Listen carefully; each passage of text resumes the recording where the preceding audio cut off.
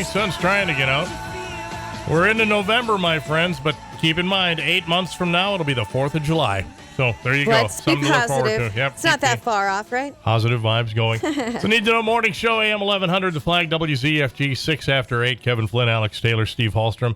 Steve's out today and tomorrow, recovering from his second marathon in 6 weeks. Dr. Chad, I'm pretty sure Steve's going to need you no when he doubt gets about back. it. No doubt. No doubt about that. We're going to talk to Dr. Chad Zimmerman. We're going to talk some health. The clinic coming up here in just a second. I do a couple of things I want to remind you about that's going on this week. Speaking of guests on the show, Yes. Dr. Alicia's here this week. Ooh, get your pet questions ready. First Wednesday of the month, Prairie Winds Veterinary Center. Dr. Alicia, she joins us first Wednesday of every month. She's going to talk about household stresses, how to keep your pet calm when there's chaos going on in the house. Maybe there's yelling, there's kids, things like that. And if you've got any questions for Ask the Vet, just email them to studio@flagfamily.com. Or you can call us when she's on at 701-271-1100. But mark your calendar. That'll be 8:05 on Wednesday with Dr. Alicia. And then on Thursday, we got the CEO Spotlight brought to you by Voller Insurance. And Voller Insurance, because when it comes to protecting your business, your family, anything like that, nobody beats Voller. And then on Thursday, it's going to be Rhett Fiskness from Rhett Fiskness Architecture. He's an architect. Okay. And talking about his company. But right now, in the hot seat, Dr. Chad from the clinic, Family Health and Sports Chiropractic. How are you, brother? Good to see you. I'm doing great. Welcome. Yeah, I think this daylight savings time perked me up a little bit today. It definitely perked me up. I like seeing the sunshine, that's for sure. So a friend of mine has a bad lower back, and she was in a car accident a couple of years ago, and it really wrecked, and she wants to do traction. She lives at the lakes, but her really wrecked her left ankle. So she can't do those things where you hang by your ankles. It hurts her ankles so bad for her lower back. But I have one of those chairs, and I wanted to get I love this chair that I've had. It's an inversion chair where you kind of strap in and it has an arched back on it. And it puts you almost upside down. So I get that traction kind of in my mid and upper back on it, and I recommended that to her, and she came over and tried and liked it. What's your vibe on traction, stuff like that for lower backs? I suppose it depends on the case, or... Well, it's a great tool. We have a machine called a decompression machine. And the reason I like those better is because you can control the angle and you can control the amount of poundage.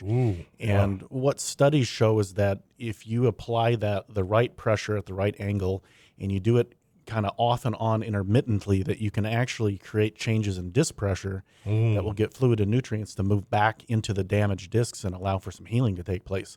And those are very hard things to control with those inversion tables. Did you hear that, Heather? There you go. Come and see Dr. Yeah, Chad. no kidding. I would imagine that, and that allows you to, rather than just a broad traction deal, that allows you to get specific where you have to get specific where the pain is. Yeah, it's a whole different level above it. Yeah.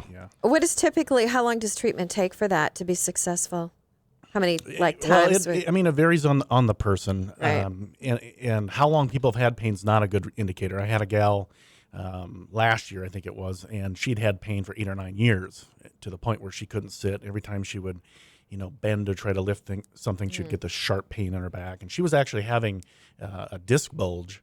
And so we found it on an MRI and we started treating it with decompression. And for her, it was 8 treatments and she was completely pain-free. Wow. And so I would say about 90% of people get very significant pain relief from it. And these are the people that have tried other things. They've tried medicine and chiropractic and physical therapy. And they come in and it's a whole nother level.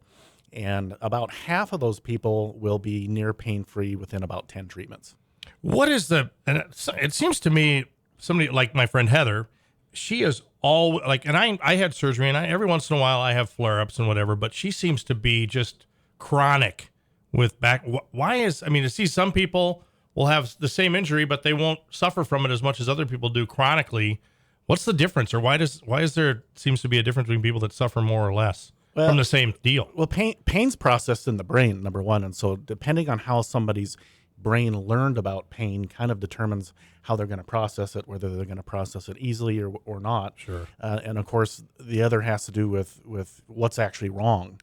And most people with back pain, so let's say you go to bend something, you get this sharp stabbing pain in your back, and it's the weekend, so you go into a walk-in. You're going to get diagnosed with 2 things: low back pain and muscle spasms. And neither one of those is really accurate at determining what's going on with it.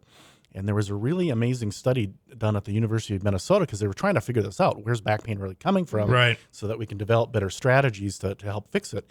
And they couldn't hardly get any pain to come out of muscles.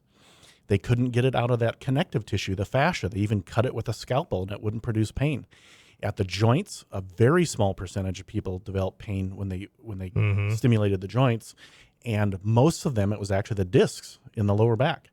And most people don't get diagnosed with their disc issues until they've been having the problem for many years. Right. Yeah, and the pain all of a sudden manifests. It's like, oh, but probably been there for a while. Right. Yep. Oh, yeah. What about technology? I got to tell you, we were talking about this, and it just made me remind. I had my jaw scoped like 2 or 3 weeks ago. Yeah, now, about three. But it amazed me when he said, "Yeah, we're just going to go in and we make a little incision. We go in with a 1.9 millimeter camera. We'll look and we'll clean out saline, a little steroid, and we'll be done." And I'm like, "Wow!" And they rolled me into that OR, and I said, "Wow, this is a nice OR." And then the gal said, "Yeah, the guy that did my surgery, this is his OR, and the technology and the screens and the things that you guys work with blows me away. Like compared to 20 years ago, the advancements have got to be just crazy that you're dealing with." Medically, when people need that kind of care, the advancements are amazing. And that really comes down to minimizing the amount of damage you do when you do a surgery. So the smaller the incision, the better people are in the long run. Right. When it comes to back problem, one of the interesting findings of this University of Minnesota study was that in people that had back pain, they found that almost in every case, they had scarring around the nerve. And for a lot of people looking at back surgery, it's not emphasized enough that one of the side effects of the surgery can be scarring around the nerve that leads to permanent damage and permanent pain. And there's a new study, too, that says that people with work with chiropractors typically don't have as much pain as they do if they just go to a regular doctor. They manage pain better. There's been a number of studies. Some studies show that chiropractors are less expensive and more effective. And that's because back pain is a physical problem, and we do physical things to get things better. Back pain is not a chemical problem, and therefore, if you treat it with chemicals, you're really not going to get to the source of it. The hope with treating anything with the painkillers is that your body's going to do some healing on its own, and the painkillers is going to make life a little more comfortable. Wow. in the process. But a Yale study showed recently that people that utilize chiropractic use about 50% less opioid medications, and it's for that very reason. That would make a lot of sense to me. Yeah. The more you can treat it without that, I mean, if you can get to that point where where the pain subsides enough where you don't have to deal with it, that'd make a lot of sense. What's this, the 3 week, someone long-term pain? What's this 3 week challenge that you guys do? This is something I came up with quite some time ago. Okay. I used to go to businesses and I'd do chair massages. Okay. Yep. And I would run into all kinds of people with all kinds of problems, from headaches to back pain, and I would quiz them about what they're doing. Right. And as I'm doing that, I'm feeling things, and I'm feeling the joints, I'm feeling the muscles. And what I would find most of the time is that people weren't getting direct treatment for the problem. So they had a joint problem, they were getting muscle work, or if they had muscle problem, they were getting joint work, and it wasn't being treated the most appropriate way. And so I would tell people, look, if you've had chronic issues in an area, whether they come and go or whether they're there all the time, give me 3 weeks to figure out what's going on and get you on a better path.